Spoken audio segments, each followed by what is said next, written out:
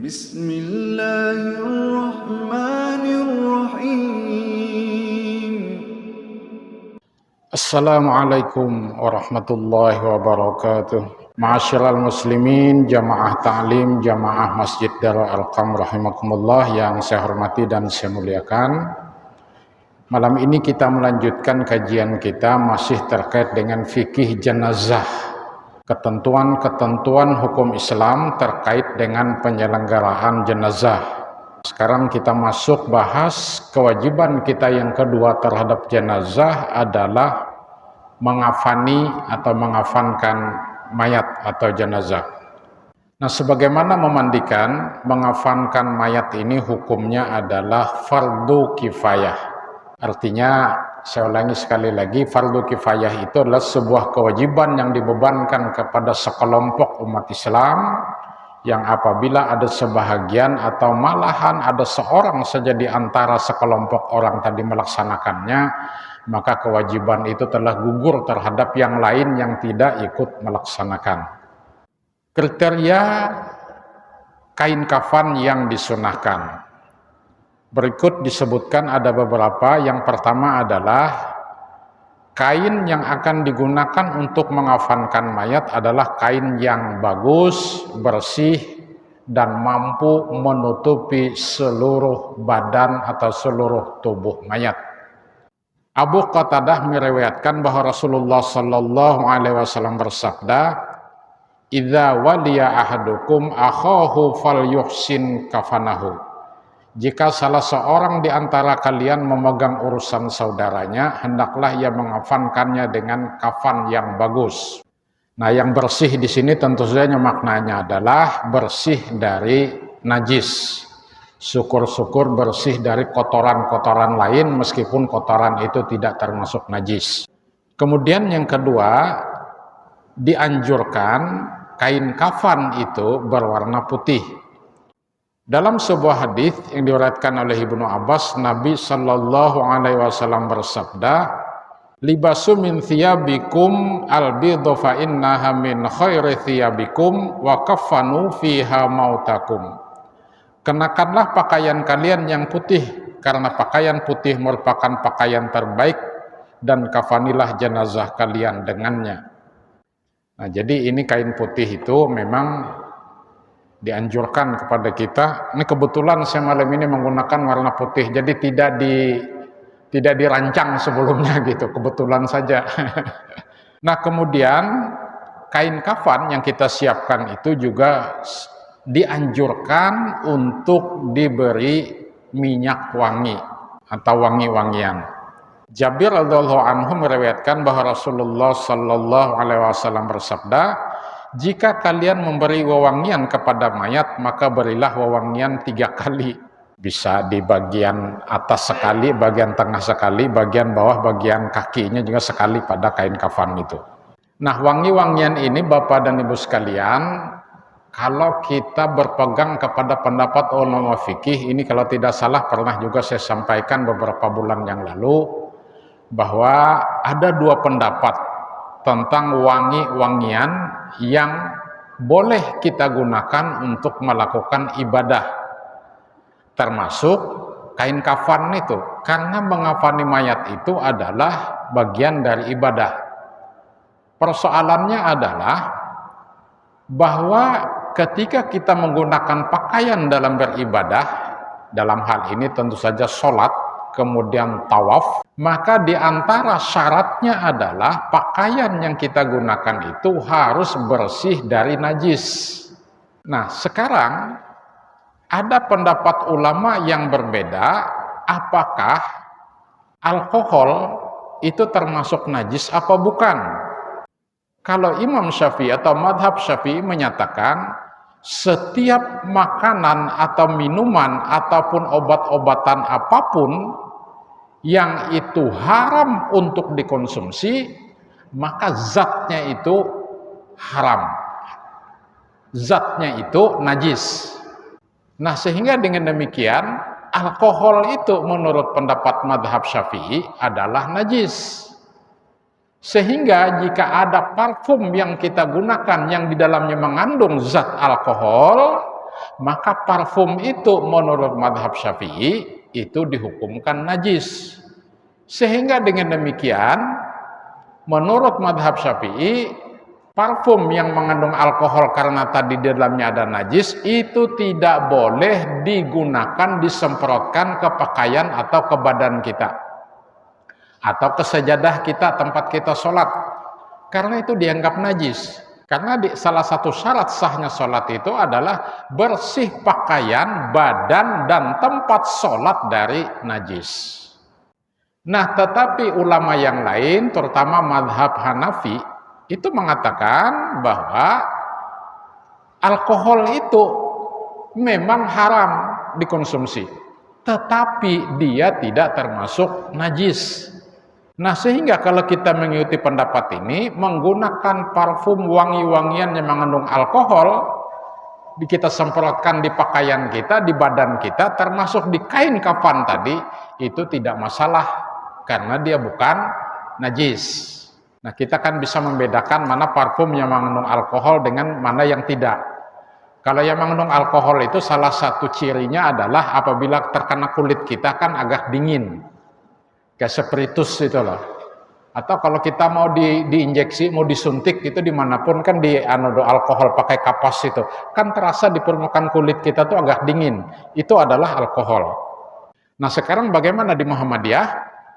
Muhammadiyah termasuk yang memandang alkohol bukan najis. Saya tadi sebelum berangkat ke masjid setelah wudhu menggunakan pakaian ini, saya semprot-semprot pakaian saya, dan itu mengandung alkohol. Karena keyakinan saya di Muhammadiyah adalah itu hanya haram dikonsumsi tetapi bukan najis zatnya.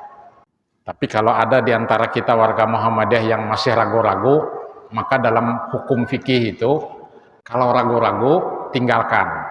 Pilih salah satu mana yang kita yakini. Artinya kita ragu-ragu ini alkohol, parfum yang mengandung alkohol tadi, jangan-jangan ini betul-betul najis itu ya. Misalnya begitu. Ya udah, anggap aja itu najis. Cari parfum yang jelas-jelas tidak mengandung alkohol. Nah, demikian pula tadi kita memberi wangi-wangian pada kain kafan.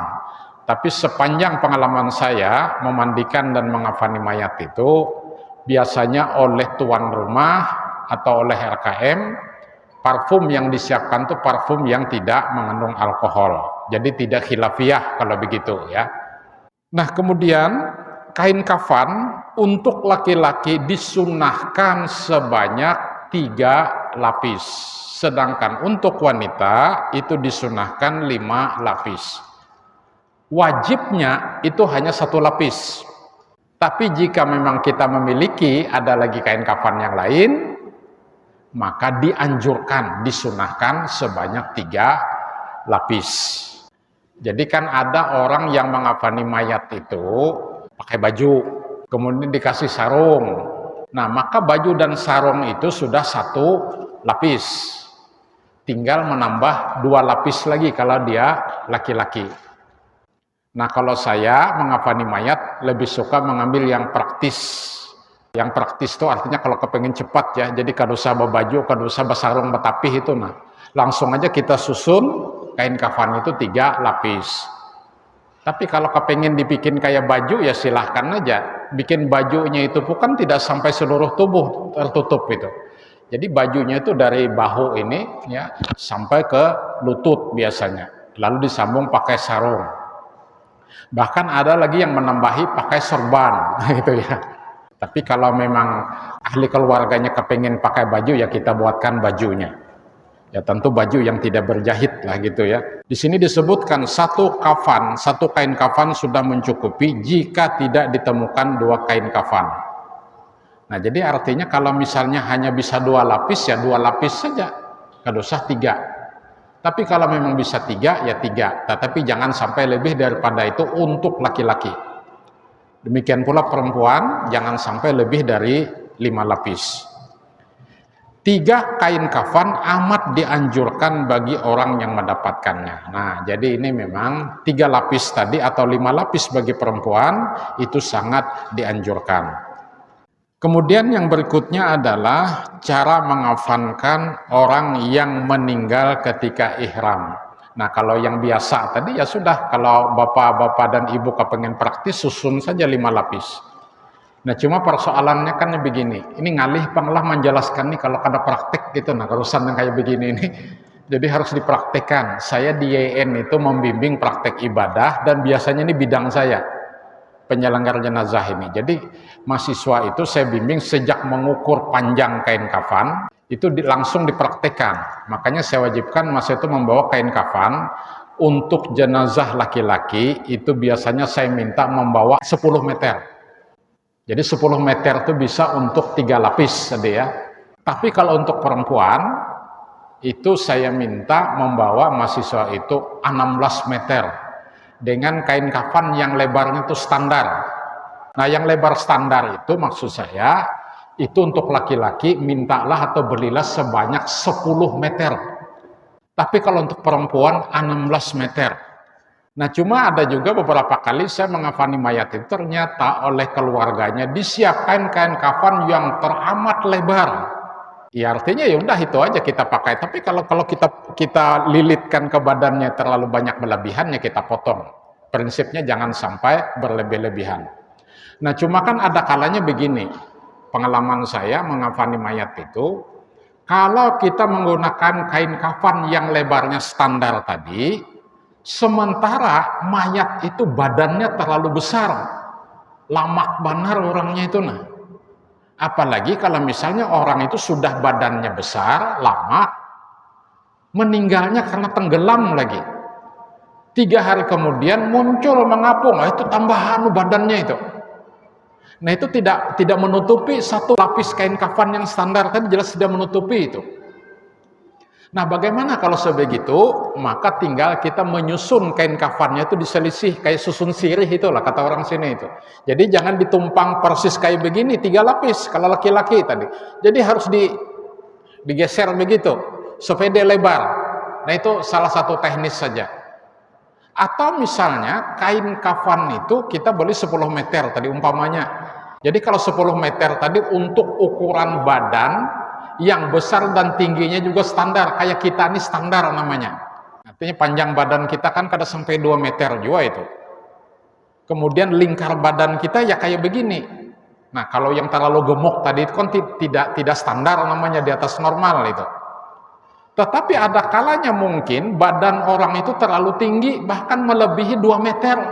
Maka 10 meter tadi jelas kada cukup. Tapi kalau misalnya cuma ada 10 meter itu, maka menyusunnya tadi begini. Jadi kalau yang badannya besar tadi kan ke samping itu diselisih, menyusun kain kafan 3 lapis tadi. Nah tapi kalau terlalu panjang badannya itu diselisihnya kayak ini.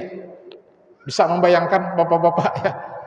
Kalau terlalu ganal awak tadi ke samping menyelisihnya, kalau terlalu tinggi badannya ke bawah menyelisihnya itu. Jadi jangan langsung ditumpang begini. Tapi kalau badan-badan kita nang kayak ini, kawan langsung dilapis 3 begini nah, kain kafan itu. Nah karena itu urusan menyelenggarakan jenazah ini minimal memandikan dan mengafani, menurut saya masing-masing keluarga tuh harus adalah yang menguasai dan bisa melakukannya. Saya orang tua meninggal, bapak dan ibu atau keluarga saya yang lain itu walaupun RKM ada, tetapi sebelum RKM datang saya sudah segala kain kafan sudah saya potong, sudah disiapkan tali-talinya segala macam begitu kan. Artinya jangan sampai kita menunggu RKM gitu. Jadi yang paling bagus, paling afdol itu adalah keluarga terdekat yang menyelenggarakannya. Nah kemudian berikutnya Bapak dan Ibu sekalian, hukum berlebih-lebihan dalam mengafankan mayat. Hendaknya kain kafan yang digunakan untuk membungkus mayat adalah kain kafan yang bagus namun tanpa berlebih-lebihan harganya. Artinya yang biasa aja lah gitu. Atau seseorang memaksakan diri untuk memilih kain kafan yang bagus padahal itu bukan kebiasaannya. Nah di sini disebutkan dalam salah satu riwayat, sesungguhnya Ali radhiyallahu anhu berkata, janganlah kalian berlebih-lebihan untuk mengafankanku karena sesungguhnya aku mendengar Rasulullah bersabda, la taghalau fil kafani fa innahu yuslabu salban sari'a. Janganlah kalian berlebih-lebihan dalam kain kafan karena kafan itu cepat rusak. Jadi maksudnya kada usahlah mencarikan kafan tunang sangat mahal harganya. Artinya di luar kelaziman kita menggunakan kain kafan yang biasa. Nah sekarang bagaimana kalau menggunakan kain kafan yang terbuat dari sutra? Nah ini kan harat lagi kalau dari sutra ini. Kafan dari kain sutra tidak diperbolehkan bagi laki-laki dan diperbolehkan bagi perempuan. Rasulullah Shallallahu Alaihi Wasallam bersabda, Inna hadaini haramun ala dzukuri ummati hillun li'ina tihim. Sesungguhnya emas dan sutra ini haram untuk umatku yang laki-laki dan diperbolehkan untuk umatku yang perempuan. Jadi termasuk kain kafan tadi untuk laki-laki, menurut hadis ini diharamkan juga untuk membungkus mayat laki-laki. Berikutnya adalah sumber pembiayaan mengafankan mayat. Bahkan menurut saya bukan hanya mengafankan ini sumber pembiayaannya itu, tapi seluruh biaya yang diperlukan untuk menyelenggarakan jenazah sejak kita memandikan sampai dengan menguburkan. Jika seseorang meninggal dunia dan meninggalkan harta, maka biaya pengafanannya diambil dari hartanya. Jika ia tidak meninggalkan harta, maka biaya pengafanannya dibebankan kepada orang yang wajib menafkahinya, artinya ahli warisnya. Apabila ia tidak memiliki orang yang wajib menafkahinya, maka biaya pengafanan diambilkan dari baitul mal. Termasuk kas masjid itu dianggap baitul mal ya. Jika tidak ada kas baitul mal, maka kaum muslimin wajib membiayainya. Ketentuan ini berlaku bagi mayat perempuan dan juga mayat laki-laki. Nah, jadi idealnya biaya penyelenggaraan jenazah itu diambil dari harta waris atau harta yang ditinggalkan si mayat. Nah, makanya dalam ketentuan faraid, apabila yang meninggal itu meninggalkan harta, maka sebelum harta waris itu dibagikan, ada beberapa kewajiban yang harus dikeluarkan oleh ahli waris dari harta warisan tadi sebelum dibagi. Pertama adalah biaya penyelenggaraan jenazah. Nah kayak sekarang anggaplah kita pakai RKM, biaya satu mayat itu 3.500.000. Nah, berarti sudah include di situ sejak tadi memandikan sampai dengan menguburkan. Maka uang yang 3.500.000 tadi diambil dari harta peninggalan si mayat. Tetapi jika misalnya ahli warisnya kadang mengambil di situ, kadang papa juga, artinya ada yang menanggung. Cuma sebaiknya diambil dari harta peninggalan mayat. Kalau ada duitnya gitu kan yang ditinggalkan. Nah jadi sebelum harta waris tadi dibagi, yang pertama harus dikeluarkan adalah berapa tadi kalau biaya penyelenggaraan jenazah 3,5 juta, keluarkan 3,5 juta sebelum dibagi ini. Nah yang kedua adalah utang. Siapa tahu mayat itu ada punya utang, maka utangnya itu dibayar dari harta yang ditinggalkannya. Yang ketiga adalah zakat. Mungkin ya dia tidak sempat mengeluarkan zakatnya padahal sudah 1 tahun dan sudah sampai nisabnya. Sampai nisab itu artinya harta yang ditinggalkan itu minimal memenuhi standar untuk dikeluarkan zakat, yaitu setara dengan 86 gram emas. Jadi kalau harga emas anggaplah 1 juta 1 gram, berarti harta yang ditinggalkan itu minimal 86 juta dan itu sudah disimpan selama 1 tahun, jadi dikeluarkan zakatnya. Kemudian yang keempat adalah wasiat.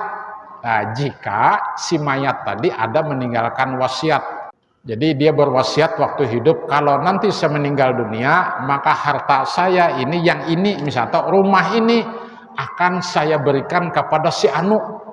Nah, itu wasiat wajib dilaksanakan.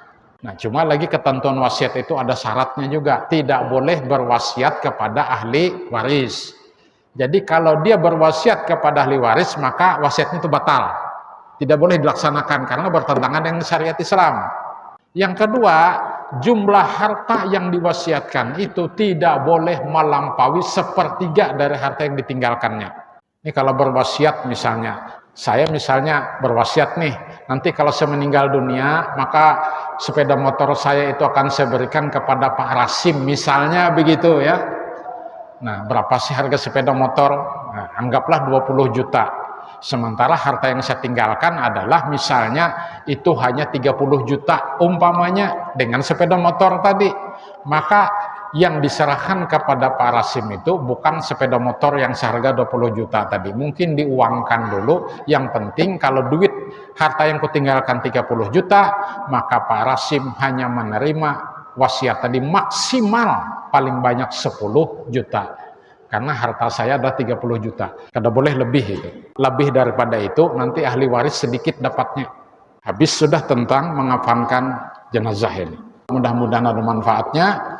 Subhanakallahu wa bihamdik asyhadu an la ilaha illa anta wa astaghfiruka wa atubu ilaik. Wabillahi taufiq wal hidayah. Wassalamualaikum warahmatullahi wabarakatuh.